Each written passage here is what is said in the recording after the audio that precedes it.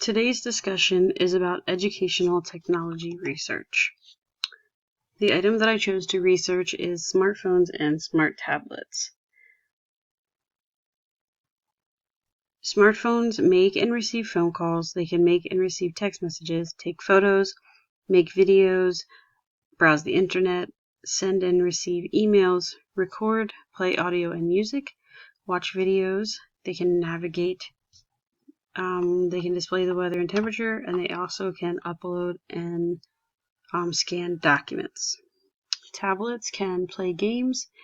You can remotely access your PC in the event that you are not either in your dorm room or at home. You can use your phone through apps or your tablet, and you can document the items that way instead of being on your PC. You can do that through Google Sheets, Google Docs. Windows has Excel and PowerPoint, Word. But all you have to do is download an app and then make the documents shareable. You can also use your tablet as a second monitor. You can hook it up to your laptop and you can view one document on one side and you can work on stuff on the other side. Like if you're reading and have to answer questions, you can have the book up on one side if it's an ebook, and you can answer your questions or follow along as you have to on the other screen. You can also print wirelessly. You can use video to Zoom, and you can send emails or you can surf the web. I believe this would be helpful for college students because it provides the ease of technology right at your fingertips. You have the ability to contact anyone in a short amount of time from various platforms, whether it be email, texting, phone calls. You can also share and collaborate on projects through the device instead of actually getting together in person, since nowadays that has been a little hard with social distancing.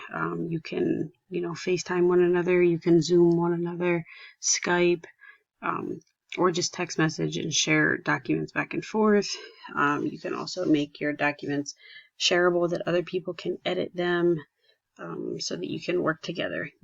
It also makes learning interactive in that the teacher can put together presentations.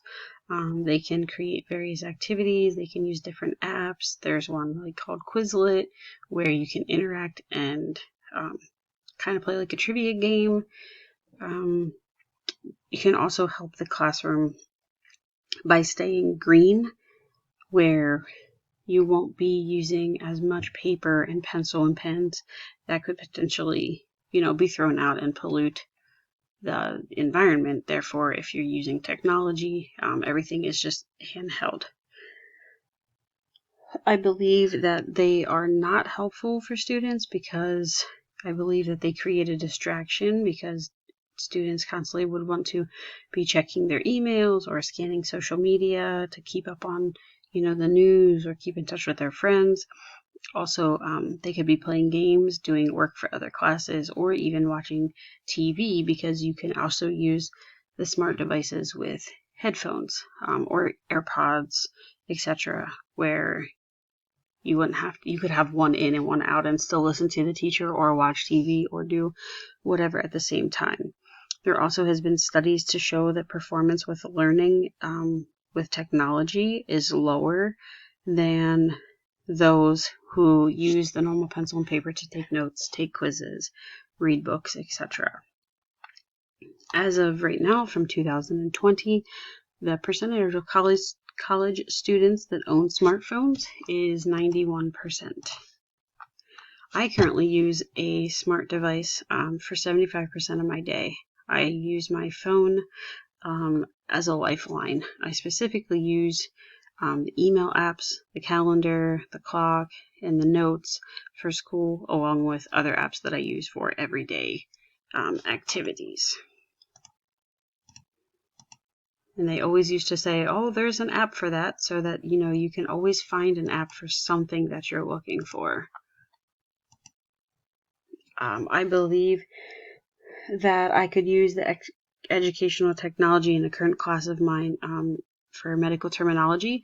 I have the Sun Gauge app downloaded on my phone, which really came in handy when I was in Florida for a week. I was still able to keep up with my assignments and different things as I was on the go. I wasn't obviously in the States, in Pennsylvania, so I was able to have access to my book, my assignments, my teacher, the professors, any kind of questions that I had. I was able to use either my phone or my laptop to communicate.